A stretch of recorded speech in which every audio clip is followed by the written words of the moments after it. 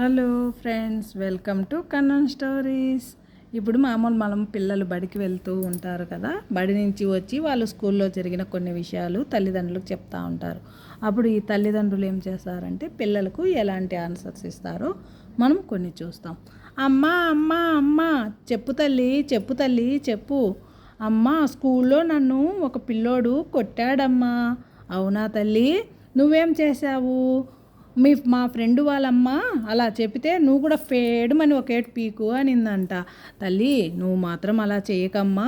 ఇప్పుడు ఆ పిల్లోడికి తెలియక కొట్టాడు కదా, అప్పుడు నీకు నొప్పేసింది కదా. నువ్వు కూడా కొడితే ఆ పిల్లవాడికి నొప్పేస్తుంది కదా, కాబట్టి కొట్టకు. ఏమన్నా ఉంటే టీచర్కు చెప్పు అని చెప్పిందంట. అమ్మ, మరి మా ఫ్రెండ్ వాళ్ళ మమ్మీ మాత్రము నిన్ను కొడితే నువ్వు కూడా కొట్టు అని చెప్పిందంట. అమ్మ, నేను గాంధీ తాతలాగా ఒక చెంప మీద కొడితే ఇంకొక చెంప చూపి అని చెప్పాలా.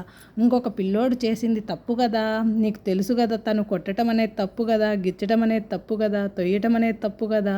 అప్పుడు ఆ తప్పు నువ్వు కూడా చేస్తే తనకు నీకు ఏమీ అర్థం ఉంది. అందుకే నిన్ను కొట్టినప్పుడు కానీ తిట్టినప్పుడు నీకు నొప్పి తగిలింది కాబట్టి నువ్వు కూడా కొట్టకుండా తిట్టకుండా టీచర్కి వెళ్ళి చెప్పాలన్నమాట. ఇలా చెప్పామంటే పిల్లలు ఆహా, ఇలా చేస్తే వాళ్ళకు కూడా నొప్పి తగులుతుంది కదా, కొట్టకూడదు అనేసి పిల్లలు నేర్చుకుంటారు. అంతేకాని వాళ్ళు కొట్టారని మీరు కొట్టండి, వాళ్ళు తోసారని మీరు తోయండి అని పిల్లలకు మనము చిన్నప్పటి నుంచి నేర్పించకూడదు అన్నమాట.